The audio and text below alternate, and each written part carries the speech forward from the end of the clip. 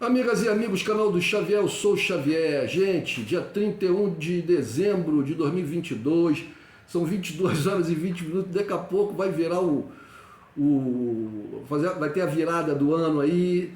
E em primeiro lugar gostaria de desejar para todos aqueles que estiverem assistindo esse vídeo, quando assistirem, desejar um feliz 2023, um ano bom para todos nós, principalmente nós aqui brasileiros, né, que estamos aí passando pelo final de uma fase muito ruim. Estou aqui com um cachorrinho aqui que é o Noel, que me apareceu aqui no dia 25 de dezembro, perdido aqui na minha rua, um filhotinho de cachorro, e já era quase meia-noite, dia 25, e eu escutei aquele batidinho de filhote, fui no meu portão, achei até que era de um vizinho ali no prédio, mas aí o cachorrinho latindo, eu achei que estava preso dentro de um carro estacionado na rua, fui lá no carro, não era dentro do carro, quando eu vi que estava debaixo do carro, mas eu não conseguia ver direito, porque estava escuro, e aí botei lá uma água, pensei que fosse um cachorro já grande, pequeno, mas grande, mais velho, mais adulto, que tivesse perdido ali, botei um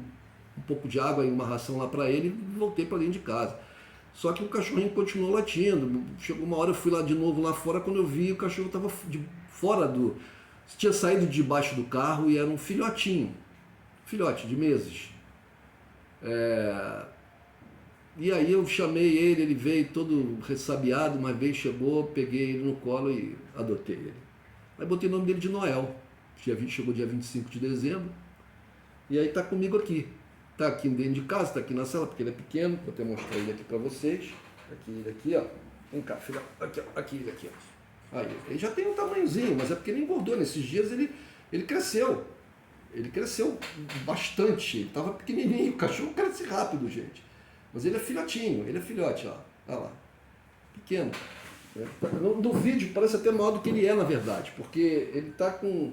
não tem 2 palmos. Mas ele cresceu nesses 7 dias, né, de domingo passado para esse domingo, com alimentação, com segurança, ele sentiu que ele está aqui num lugar seguro, com proteção, né, com carinho. E aqui em casa tem outros cães, eu já levo ele lá no quintal, só não deixo ele sozinho lá com os outros cães, porque os outros cães são muito maiores e podem até, mesmo que não queiram machucá-lo, podem machucá-lo, porque são cães grandes e brincam de briga e podem machucá-lo.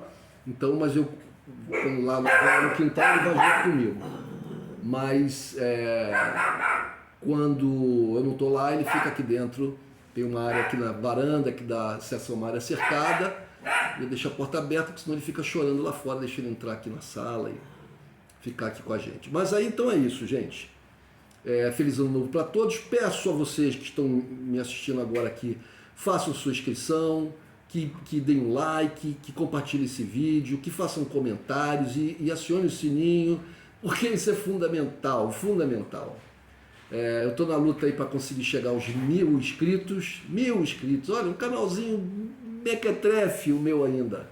Estou lutando para chegar a 1000 inscritos, estou 400 e pouco, nem 500 ainda, para poder fazer lives e aí abrir novos horizontes para esse canal. Bom, então vamos lá, gente. Amanhã, dia 1º, posse do Lula, né? Uma nova era começa no Brasil, estamos cheios de esperança. O rei do gado já bateu em retirada, já fugiu, já foi para os Estados Unidos, decepcionou muitos dos seus seguidores. Eu acho que ele perdeu aí com a derrota do dia 31 de outubro e o posterior silêncio, né? O posterior não golpe, os generais, a decepção imensa com os generais, com as Forças Armadas. Então aí só aí acho que 50% dos seguidores de Bolsonaro e de golpe militar, de intervenção federal já desistiram, né? Ficaram ainda 50% desses seguidores, que são gente absolutamente louca, gente louca. Para quem não está aqui no Brasil, que está em Portugal, está me escutando agora em Portugal, ou em Angola, Moçambique, qualquer outro lugar do mundo que entenda português e que entenda o que eu estou falando, as pessoas, as seguidoras de Bolsonaro, uma grande parte delas são pessoas absolutamente loucas.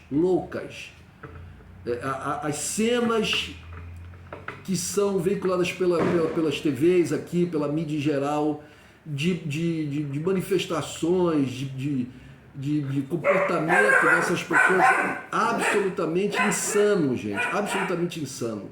Coisas assim que beiram a comédia, não, que são comédia, pura comédia. Parece uma comédia em que os personagens são loucos no hospício, sabe? É uma coisa assim. E tem os oportunistas, né, como o vice-presidente general Mourão, maçom, que fez um último pronunciamento como presidente em exercício, uma vez que Bolsonaro abandonou o país, fez o último pronunciamento do governo às 20 horas do dia de hoje. Um pronunciamentozinho protocolar ali, e ele vai ser senador, ele se elegeu senador, né? Existe gente que elege essa trupe. E, Noel, fica quieto, Noel. Então, mas a partir de amanhã já é o governo do Lula. A esperança é que bate aqui a porta de todos nós brasileiros. Muito bem. Bom, dito isso, que eu vou falar sobre o quê? Não é sobre o Lula, não é sobre o Mourão, não é sobre o Bolsonaro, já falei o que tinha que falar.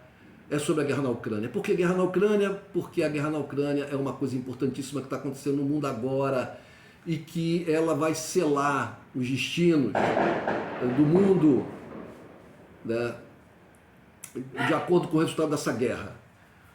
Essa guerra não é uma guerra entre Rússia e Ucrânia, eu repito várias vezes, é uma guerra entre a Rússia e os Estados Unidos, é entre os Estados Unidos e os seus subordinados aliados, né?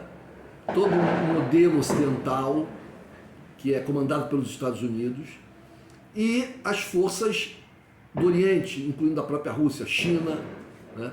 As potências que estão emergindo, até a Índia, que está ali distanciada, não tomando partido e tal, mas não atendeu e que faz parte de alianças com os Estados Unidos lá no Oriente, né, com a Austrália, etc., mas não atendeu às pressões americanas de boicote à Rússia. Pelo contrário, tem relações muito boas com a Rússia, né? Apesar de se estranhar ali com a China por causa de fronteiras e tal, tem mantido nos últimos tempos um bom relacionamento com a China e não deveria ser diferente, né? Não deveria ser diferente. Os países que vão lá no Oriente nadando contra a maré são o Japão e a Coreia do Sul, né? Países que teriam tudo para ter um bom relacionamento com a China, até porque eles têm origem étnicas comuns, né? E são países com populações grandes, não do tamanho da China, obviamente, mas populações grandes e desenvolvidos economicamente, e tem muito a ganhar com um bom relacionamento com a China, mas são países ocupados pelos Estados Unidos. São países ocupados e, portanto, seguem os interesses norte-americanos, ideologicamente são tomados pelos norte-americanos, não conseguem ir além desse muro. Pois bem, hoje a Rússia bombardeou fortemente a Ucrânia. Informações que chegaram para mim aqui que 70% no mínimo da capital Kiev está sem luz. Gente, estou no Rio de Janeiro, está fazendo aqui 25, 30 graus. Tá calor. Está quente aqui. Só não está mais quente, só não está insuportavelmente quente como costuma ficar no verão, porque os últimos dias choveu muito aqui.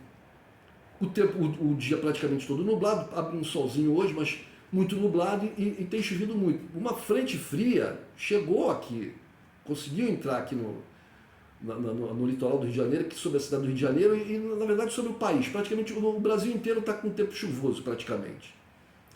Então, por estar nublado e com muita chuva, a temperatura está mais baixa. Se não tivesse esse tempo nublado, nós estaríamos aqui certamente com mais de 35 graus à noite aqui no Rio de Janeiro. Mas com a temperatura que está, entre 25 e 30 graus, no 25 não está não, esse aqui está errado. Deve estar por volta dos 29, 28 graus, máximo 30 talvez. Se tivesse faltando luz aqui no Rio de Janeiro, 70% do Rio de Janeiro sem luz já seria um caos. né? Mas as pessoas que estivessem em casa abririam a janela, iriam para fora, né? E conseguiriam ali suportar. Mas na Ucrânia, gente, na Ucrânia, eu nem sei qual é a temperatura na Ucrânia agora, nesse momento, né? Mas possivelmente deve estar alguma coisa por volta de 10 graus abaixo de zero. Em Kiev, 8 graus, eu não sei. Deixa eu ver aqui, gente. Deixa eu fazer aqui uma temperatura em... Deixa eu ver se eu consigo aqui, gente. Em Kiev. Hoje. Vamos ver se aparece aqui para mim. Aqui no Google. Cheio de papel aqui em cima da mesa. Kiev. Não está nem tão frio, não. Pelo que está dizendo aqui, que lá tá 12 graus lá. Que tá 12 graus. Não está tão frio assim.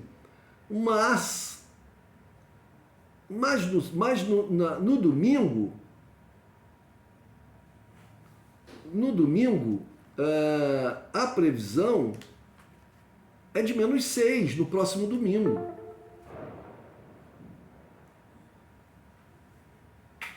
Não, perdão, gente, não é isso não. Aqui está dizendo que quando for 1h da manhã, a previsão vai ser de -6, -8. Confuso isso aqui, eu não estou entendendo muito bem. Deixa eu ver aqui se eu consigo... deixa eu ver se eu consigo ver aqui um outro... Deixa eu ver aqui. Eu tenho aqui uma empresa brasileira, Climatempo, não sei se ela fala da temperatura em Kiev agora. Eu acho que não. Bom, mas de qualquer maneira está dizendo aqui que lá está uma temperatura de 12 graus. Bom, não é. Lá no momento ela não tá uma temperatura muito baixa. Na verdade não está uma temperatura baixa, né? Vamos ver aqui. 31/12.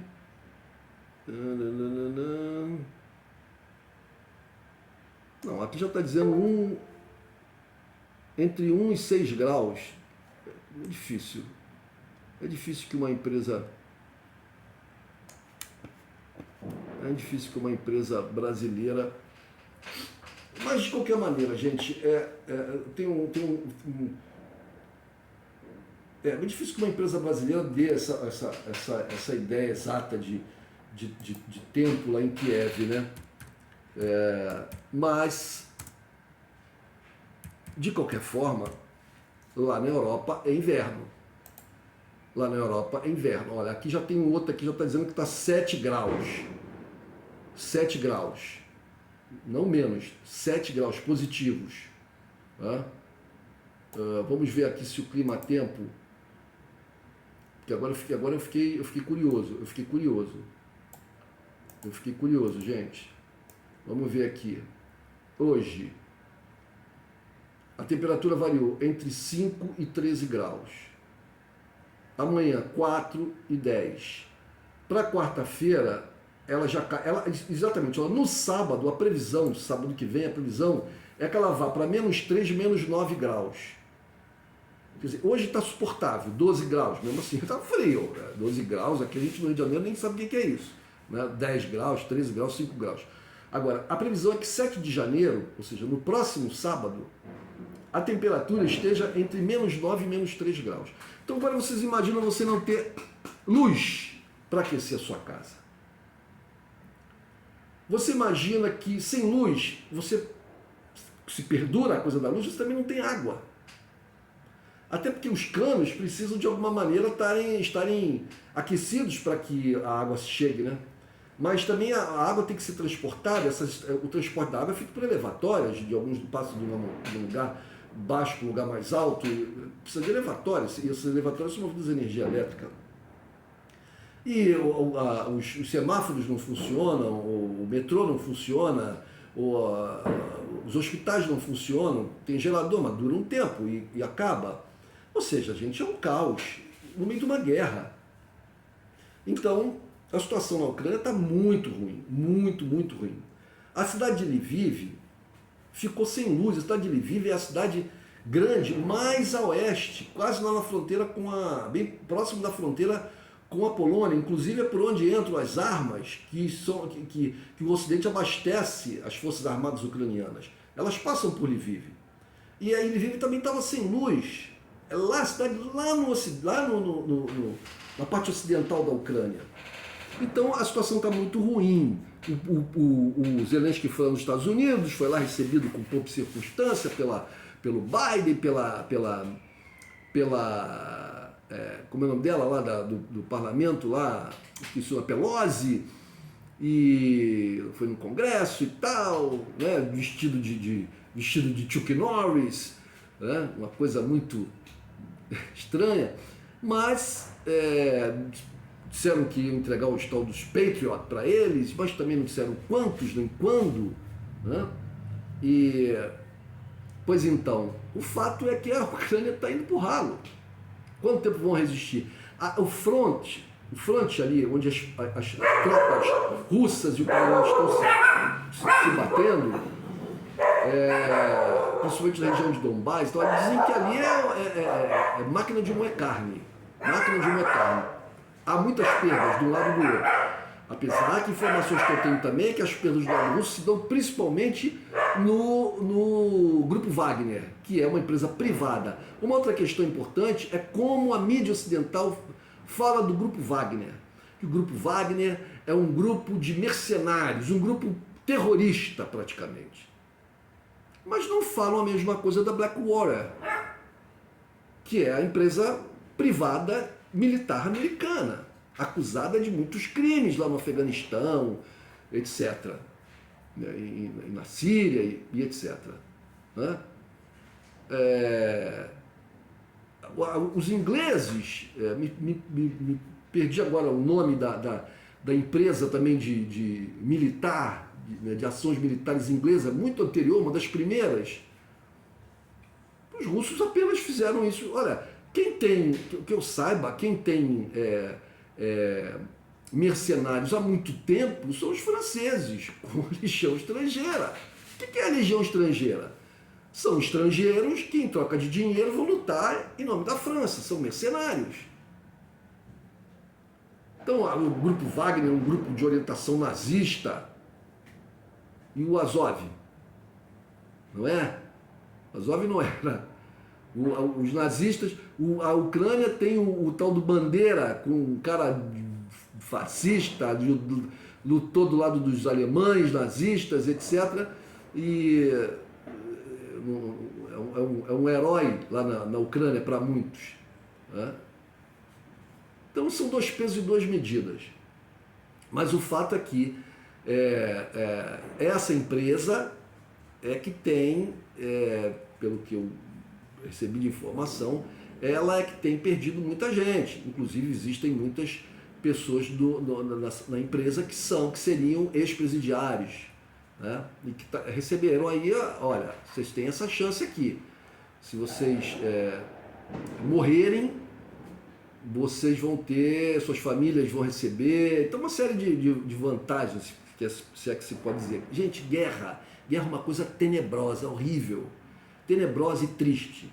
Eu não queria estar na pele de nenhum dos mandatários, né, atuais que estão de um lado ou de outro da guerra, porque todos são responsáveis. O problema é que o Ocidente quer colocar toda a responsabilidade da guerra na Ucrânia nas costas do Putin e da Rússia. Isso não é verdade. Isso não é verdade. Um dos maiores responsáveis pela guerra é o Zelensky. Um dos maiores responsáveis pela guerra é o Biden. Um dos maiores responsáveis pela guerra são os primeiros ministros ingleses que se sucederam, o Boris Johnson, depois a Liz Truss, que ficou poucos dias, e agora o atual, né? Que mantém esse apoio, esse financiamento da guerra da Ucrânia contra os russos. Se o Ocidente não tivesse entregado armas e munição, e treinamento, e recursos financeiros, e medicamentos, e alimentos, etc., para a Ucrânia já teria se rendido há muito tempo, não teria tido a guerra. Não teria tido a guerra, não teriam morrido milhares e milhares de pessoas de um lado e de outro. Milhões não teriam fugido da Ucrânia. E simplesmente a Ucrânia seria o que ela era antes, um país que não era ligado à OTAN, não era da União Europeia, um país que era de forte influência russa. Simplesmente isso. Ela seria o que foi, o que é desde o início do século XX. Mas os europeus resolveram, não, porque a Ucrânia é a Europa. Isso tudo a mando dos americanos. E agora encaram uma recessão, desemprego, refugiados aos milhões dos seus países. E é isso. É isso. E a Ucrânia, o povo ucraniano sendo massacrado. A natureza, os animais da Ucrânia, meu Deus, é uma tristeza terrível, terrível. Bom, dito isto, tem uma notícia interessante aqui. Uma notícia bastante interessante. Amanhã, dia 1º, posse do Lula, o Marcelo Rebelo, o primeiro presidente de Portugal, está em Brasília. Chegou ontem, se não me engano, dia 30, para a posse do Lula, dia 1º, um dos principais convidados, né, da posse do Lula. Existem muitos chefes de Estado, dezenas de chefes de Estado e representantes, etc., de vários países. O Marcelo Rebelo é um deles, um dos mais importantes.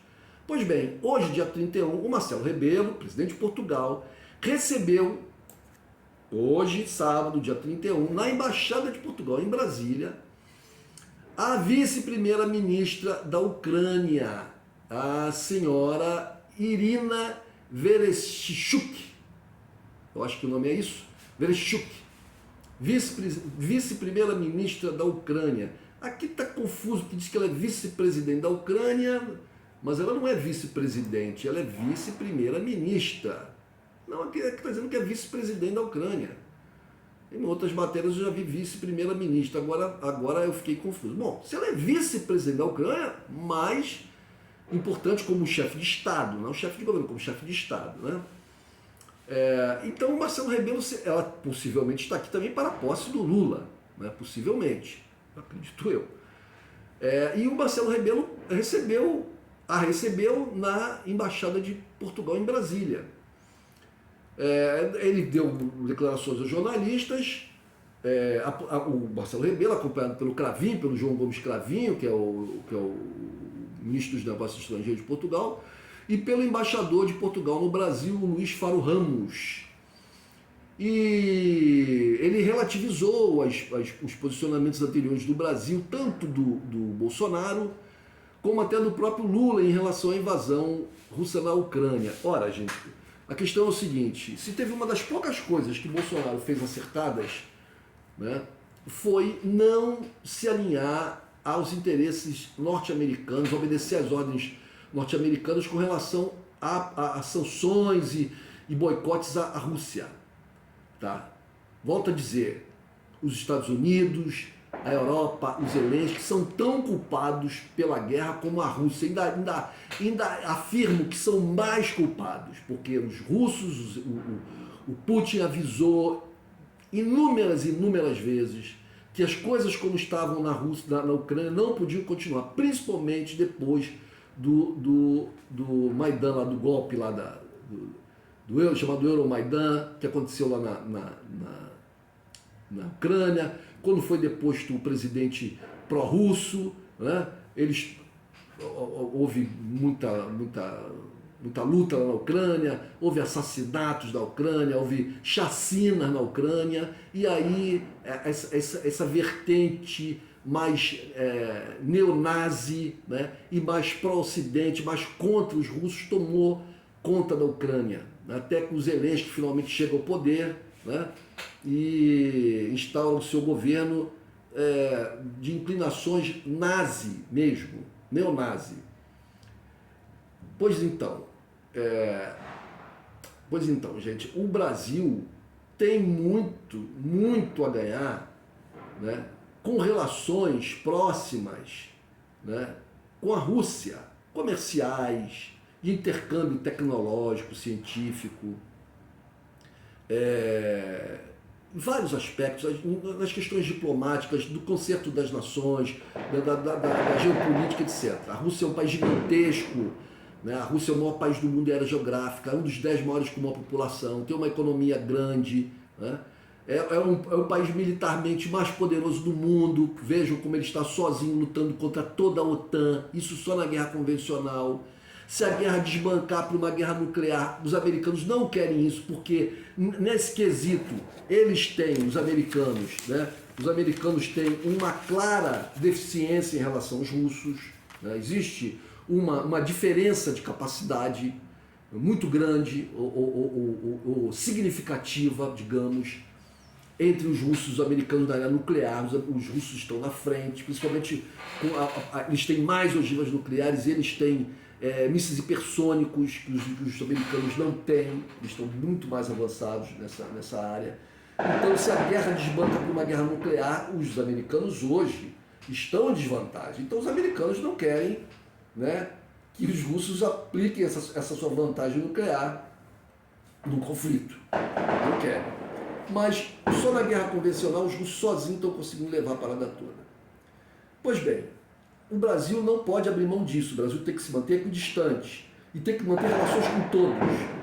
Com os Estados Unidos, né, mas também com a Rússia, com a China, né, com a Ucrânia se sobrar alguma coisa, com todos os países do mundo.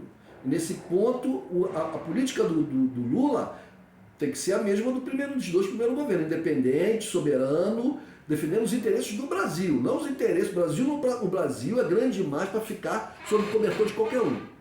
Tá certo? Não vamos nos subordinar aos americanos, não. Nem aos europeus. Somos muito amigos dos europeus, somos muito próximos também dos americanos, mas também queremos ser dos russos, dos chineses, dos indianos, dos turcos, dos iranianos, dos israelenses, dos japoneses, da Coreia do Norte, todos. Bom, dito isso, estiveram lá reunidos o Marcelo Rebelo e a vice-presidente da Ucrânia, conversaram e certamente esses países, Portugal e Ucrânia e outros no mundo, esperam o Brasil, a ação do Brasil no mundo, ação diplomática, seu peso, sua influência, para tentar resolver esse problema da guerra, tentar encontrar uma solução para a paz, que seja uma paz que não seja humilhante, mas uma paz que seja digna para ambas as partes. Falou, gente, é isso que eu tinha que dizer. Feliz ano novo para todos. Por favor, se inscrevam no canal, deem o seu like, façam comentários, compartilhem e acionem o sininho. Um abraço, feliz ano novo, feliz 2023. Até lá, tchau.